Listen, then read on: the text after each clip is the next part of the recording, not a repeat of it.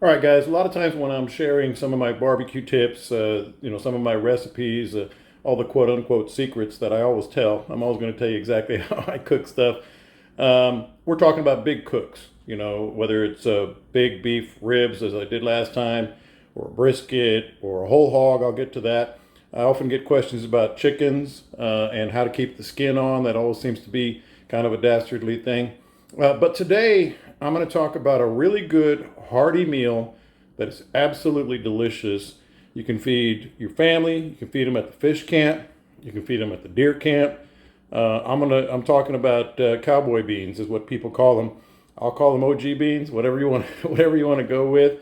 But there are a couple of secrets that are going to be really, really good for you, because I think it's going to make a world of difference in how this thing tastes. Make a little cornbread on the side, and you got yourself a big meal. Maybe you're at Texas Boys Outdoors. They do a lot of good work with veterans and first responders. They have big events. You want to feed them, and you want to feed them with something that they're going to remember. Let's talk about the OG beans. And I'm not going to spend too much time on the beans themselves, so let's get that out of the way. Most people know how to make beans.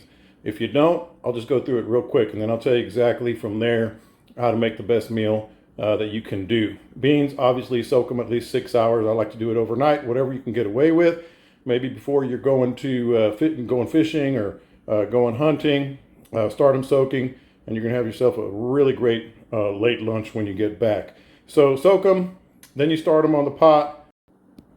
Now, there is a very important step and a very important ingredient that I'm going to get to here in just 1 second, but you're going to need about a teaspoon each of paprika and oregano, a good 2 tablespoons of chili powder. Some people use other things, the peppers themselves, for their beans. You don't need that. 2 good heaping teaspoons of chili powder is going to do it.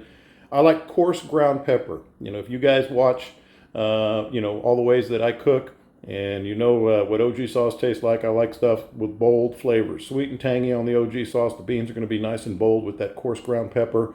And of course, you're going to need all the other things. Comino is the main one besides these ingredients that I'm going to get to here in a second. Comino, I would say about a tablespoon of comino. And then we get to this stuff. About a cup of onions, cup of bell pepper. There's the coarse black pepper, and I've got fancy today, so I'm using Himalayan sea salt. You're also going to need some chopped tomato, about a tomato and a half, 2 tomatoes, depending on the size, to chop those up, put in there. But this is the key ingredient. If you remember, these are the last 2 of my beef dino ribs that I made. And I just cut this one so I could show you.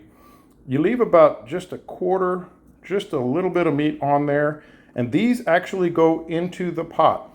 Some people may not know this, but beef ribs are what they make beef stock out of. So you're actually going to get all the good stuff right there with the beef stock. I got the beans going on behind. There's the paprika for later. And I'll get back with you after they cook. They're going to cook until they boil. And then we're going to, with all these ingredients in them other than the beef and the OG sauce, you put the bones in right now. And all the other ingredients, let them boil, and I'll get back to you when that's happening. All right, the beans are boiling nicely. You can see everything that I have in there so far, all the spices, and of course, there's the beef rib bone. The meat's already fallen off of it. You can see that. That's the good stuff right there. That's one of the secrets that I love. And the other is this right here. These are the meat from the 2 ribs that I had left over. A lot of people can do brisket. Now, obviously, you don't have to make it out of leftovers. You can do it however you want.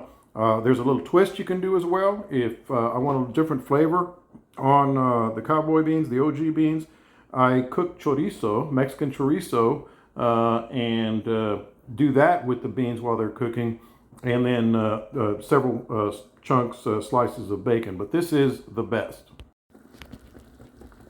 All right, so in goes the beef rib, and there is nothing better than a pot that's full almost to the brim. Stir that up, put it on simmer for, I usually go about an hour and a half, but you'll know, and then we'll show you the final product.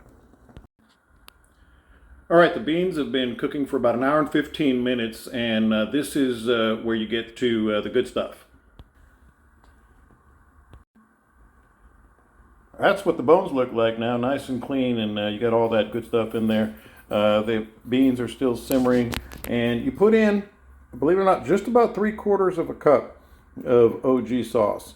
You put that in there, stir it up real good, let it simmer about another 5 or 10 minutes, and then toss in the cilantro. Man, look at that. That is fantastic. This is going to be delicious. Like I said, real good hearty meal for the family or the fish camp or the deer camp. Stir it up real good. Let it simmer about another 5 or 10 minutes. Put in the cilantro, and then I'll get back to you with the finished product.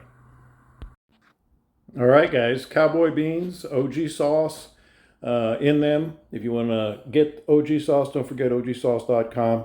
Delivers all over the country and in Texas, of course. But here's the finished product. It's good to go. Get some cornbread on the side and feed a lot of hungry people with the best cowboy beans you'll have. There we go. Still steaming. I don't know about y'all, but I'm about to eat.